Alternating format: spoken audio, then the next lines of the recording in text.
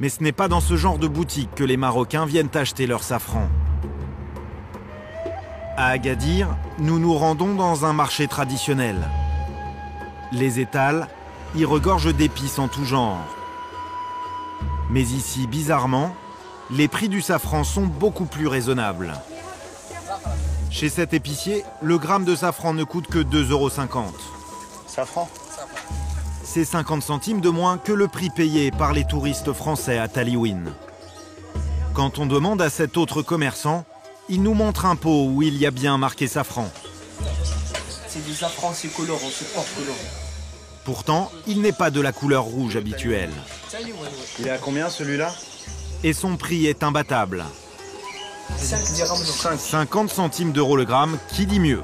Le suivant nous propose un safran en pistil. Pistil. Il est bien rouge, il coûte 2,50 €. C'est le poudre, ça n'est pas pareil. Et pourtant, Ça sent pas trop le safran, ça, hein? Non, c'est le safran.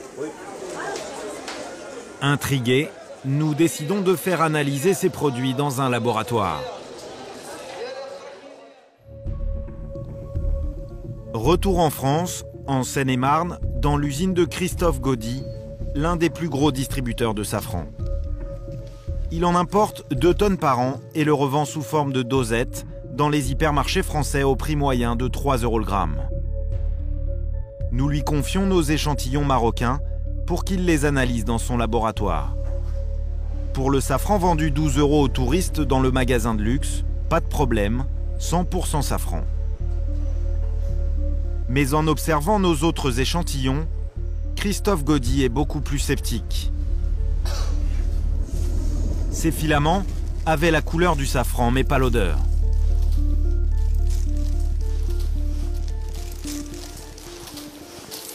Donc là, bon, il n'y a pas besoin de beaucoup d'analyse pour être effrayé.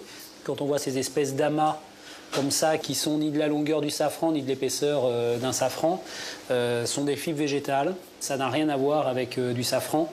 Alors, je ne suis pas très rassuré parce que vous ramenez ça du Maroc. D'habitude, je mange le produit.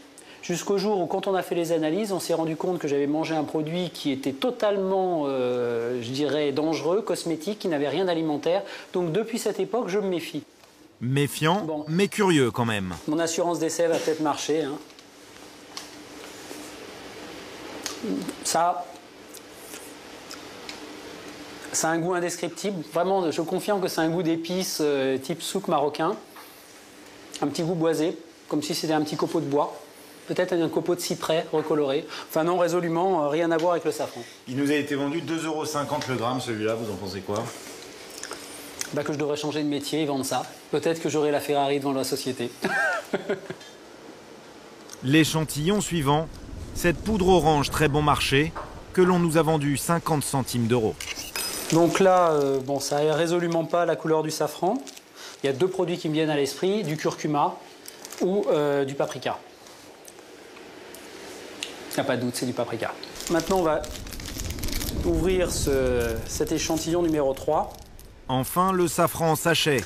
Alors là, cet échantillon numéro 3, déjà, vous voyez le cellophane. Vous voyez des taches rouges, jaunes dans le sachet. C'est pas du safran, parce que vous avez des taches carrément rouges. Donc là, on sait, avant même d'avoir étalé le produit et d'avoir même ouvert le sachet, que déjà, c'est pas du safran. Donc là, quand vous regardez ce produit-là, vous êtes quand même relativement content, parce que si vous avez payé ça aussi 25 dirhams, c'est bien. Parce que contrairement au produit de tout à l'heure, ça c'est un vrai stigmate, ça c'est un vrai stigmate, ça c'est un vrai stigmate. Cette fraude est plus élaborée, car au milieu des brindilles, il y a bien du vrai safran. Électroastigmate. Donc ça, c'est le genre de fraude qu'on trouve assez fréquemment, parce que c'est une fraude qui a pour but de vraiment même avoir des gens qui connaissent un petit peu le safran. Donc là, bon, j'estime que vous êtes fait avoir à moitié. Enfin, dans tous les cas, il perd l'appellation safran du fait de ce rajout. Entre-temps, l'analyse scientifique confirme le diagnostic de Christophe Gaudy. Les 3 échantillons sont tout sauf du safran.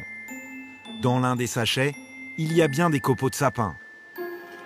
Et dans un autre, les tests révèlent des résultats plus inquiétants, la présence d'un colorant textile utilisé dans la fabrication de vêtements, un produit cancérigène.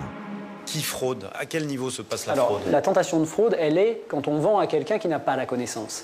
Donc elle se fait généralement pas au niveau des producteurs, elle va se faire dans les échelons